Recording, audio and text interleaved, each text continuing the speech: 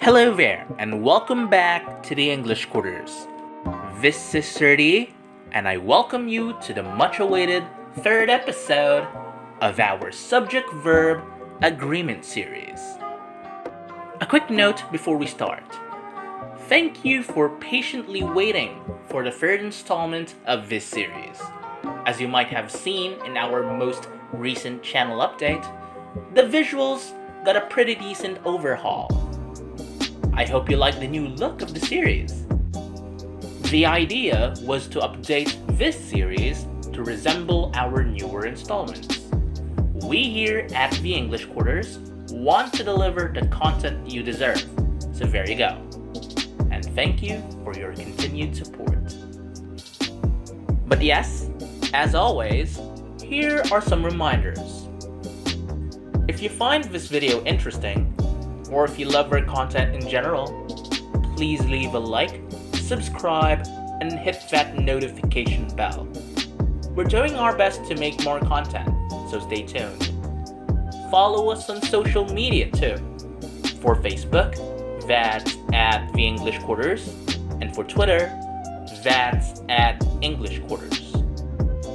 If you missed the last episode, or if you want to check out the source document for this series, we got you covered.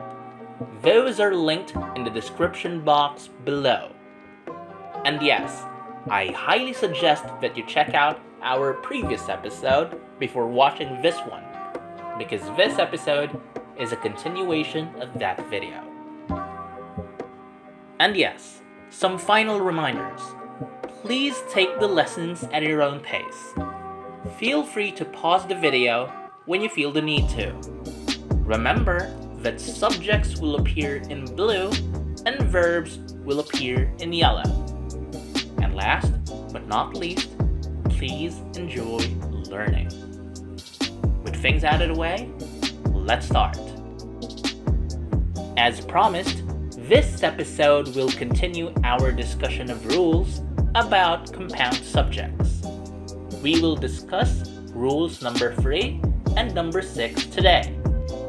Rule number 3 is compound subjects modified by each and /or every are regarded as singular and take a singular verb. And rule number 6 is compound subjects of different numbers joined by or, nor, either or neither nor take verbs that agree in number with the subject nearer to the verb. P.S. From here on out, I will assume that you already watched episode 2. Please check that out before you watch this one. Okay, I'll start with rule number 3. Compound subjects modified by each and /or every are regarded as singular and take a singular verb. Oh, don't worry. This rule is very easy to understand and apply. You just have to see if the sentence contains the word each and /or every before the compound subject. It's very easy to spot this too. The sentence normally starts with each and /or every. As long as you see them in the sentence, you automatically use a singular verb. Let's look at some sample sentences. Sentence number 1. Every man and woman wants world peace. Here, we see that the compound subject, man and woman, is preceded by the word every. That's our signal.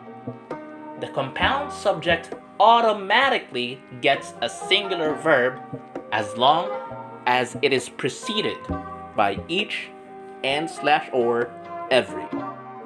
You might ask, why does this get a singular verb? We're addressing a lot of men and women, yes? Well, the boring answer is because that's how English works. But let me provide you with something interesting.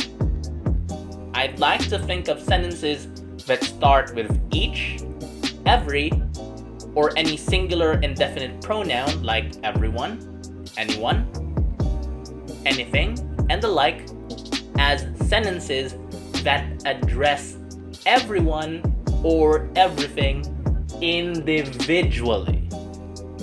So we use singular verbs for them. Let's check one more sentence before we move to the next rule. Sentence number 2. Each and every pencil and pen is normally used for writing purposes. This time, we see both each and every before the compound subject. But yes, as long as we see that the compound subject is preceded by each and / or every, we can automatically assign a singular verb to it. Let's go to rule number 6 now.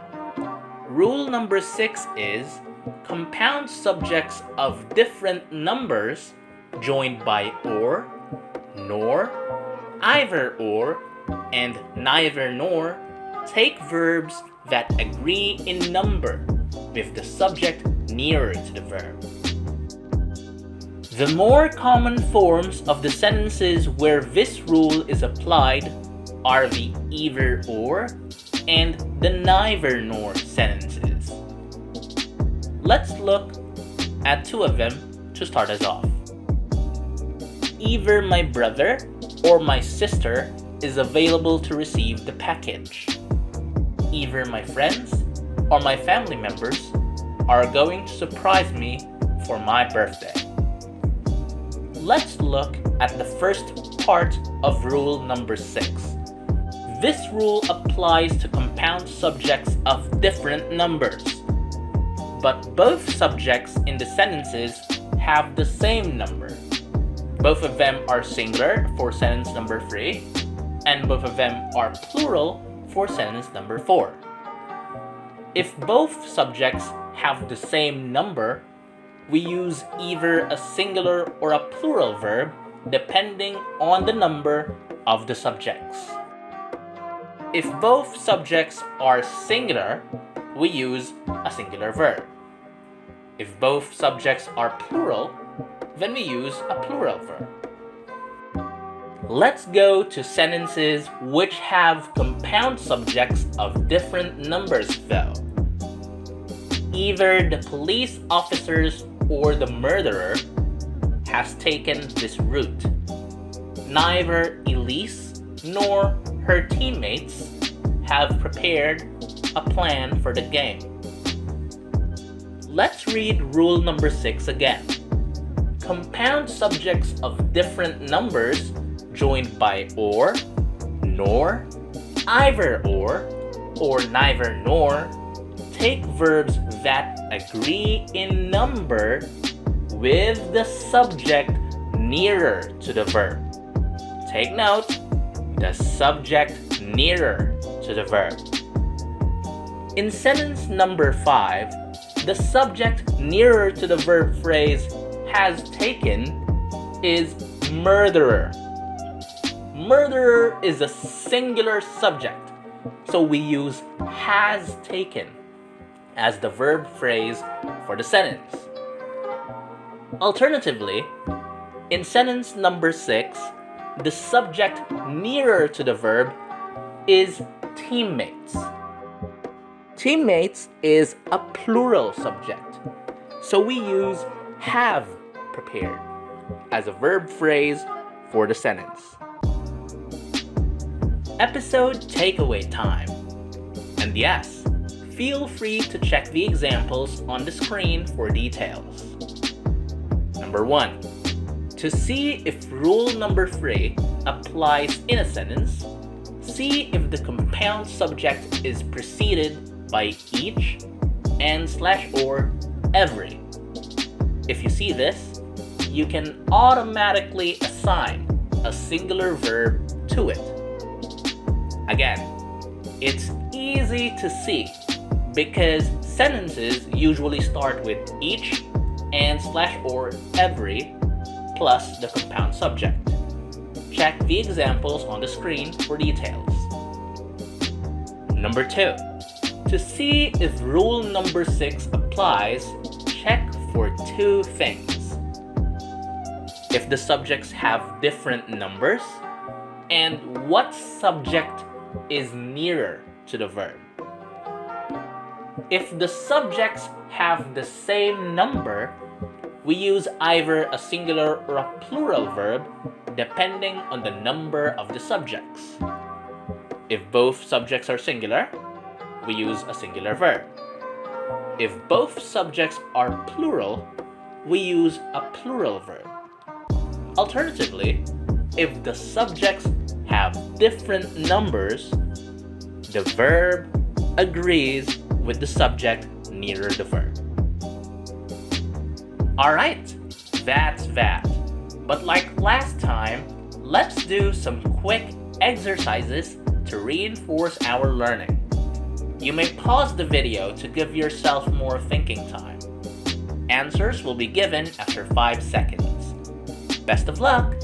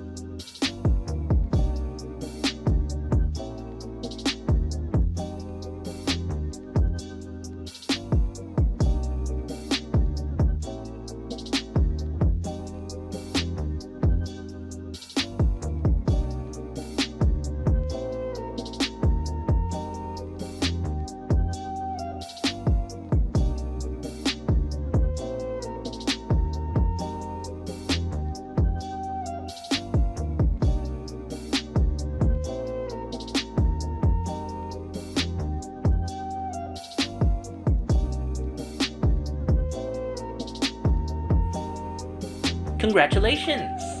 And thank you for finishing episode 3 of this series. I really hope you like the new visuals for the Subject-Verb Agreement series. So yes, what do you think? Was this episode helpful or interesting in any way? And yes, did you like the new visuals? Anything you want us to work or improve on? Any suggestions? They are very much appreciated. If you think this episode will be helpful to someone who wants to learn more about the English language, please feel free to share this video and spread the word about our channel. Once again, please leave a like, subscribe, and hit that notification bell, especially if you find this video interesting or if you just love what we do. More videos to come soon. Follow us on social media too. For Facebook, that's at The English Quarters, and for Twitter, that's at English Quarters. Again, this is Soure. Padayon, English learners. God bless you.